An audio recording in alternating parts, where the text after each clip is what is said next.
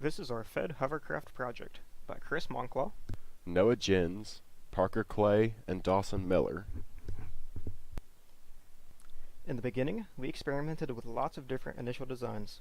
We considered computer fans, propellers, air mattress pumps, and even a small vacuum cleaner to provide lift. Choosing the design, we settled upon using a battery-powered air mattress pump for several reasons. 1. It provided ample airflow for lift. 2. The batteries provided a mobile power source. 3. Because of its small size and relatively lightweight design. And 4. Because it was very controllable to direct air into the skirt of the hovercraft. Building the hovercraft. While we had a general design in mind, it took several attempts until we had a fully functional hovercraft. Many of our earlier attempts were cut short by various issues, taking plenty of trial and error to get to our finished product. Our first model had many issues. Firstly, we believed that it was too small. This prevented the skirt from having much contact with the ground, leading to a bad seal with the floor. It could lift itself from the ground, however, there was too much friction for it to move around. Secondly, the small skirt stretched out from the force of the pump, which led to us picking a different skirt material in the future. For our second attempt, we built the second one much larger to allow more air in the skirt. We did not anticipate, however, that the pump was still too strong. We found that the pump would inflate the skirt much faster than it allowed air to escape, leading to such pressure that it would bend the entire platform straight down the middle. Further experimentation. To determine the best skirt material, we tested different plastics, including a shower curtain liner and different types of trash bags. We needed to find a material that we could easily work with, was flexible enough to create a seal with the floor, and allow the tape to adhere to it. We ended up choosing the thicker trash bags. Different methods of propulsion were also being considered.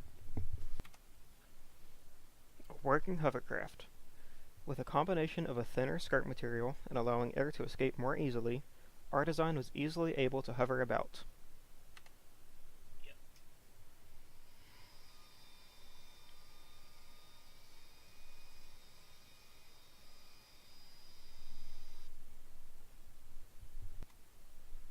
We tried different methods of thrust, but in the end decided that we were better off using a second pump. With limited electronics, we could not assemble a fan that provided enough force to move forwards, and it was very unsafe.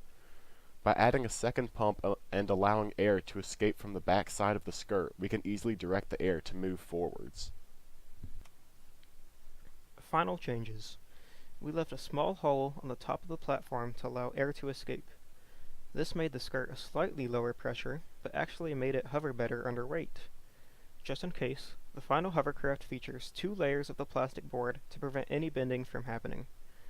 There's also a repurposed remote control servo to better control the airflow and allow for steering.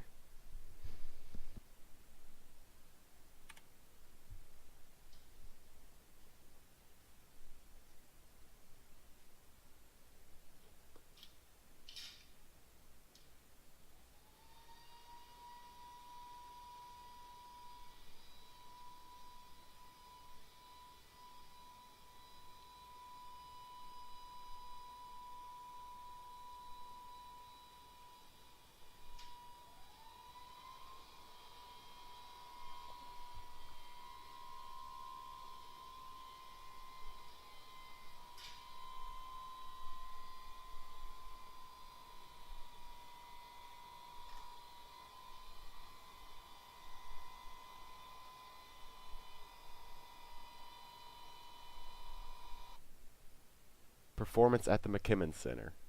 Although our hovercraft did not rank within the top 3, we believe that it has the ability to perform with the best with a few adjustments.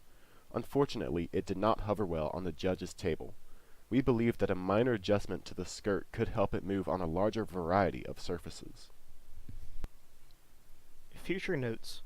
If we were to do this project again in the future, we would like to experiment with electronics better suited to the task, such as drone or other remote-controlled parts. With better equipment, we believe that we could create a hovercraft that we can control more easily and perform better. We would also like to start earlier to allow more testing on varied surfaces and tracks. So my advice for next year would be to have a good general group dynamic. Make concrete plans, stick to them, have specific times and dates where you're going to work and do research, and also just have good communication between the members of your group. Now, for FED specifically, I would say, of course, try to attend if possible, and just make sure you know when you're presenting if you do have a competition.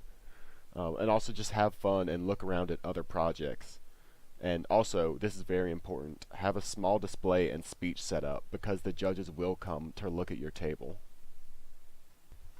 My advice would be to choose a project that you may have experience with or already have materials on hand to use. It was difficult to create something like a hovercraft with such limited resources, so I would suggest that you have some supply of electronics before starting. I would also tell anyone who chooses this project next to experiment as much as possible with the skirt, as we found it to be the most important component of the whole project.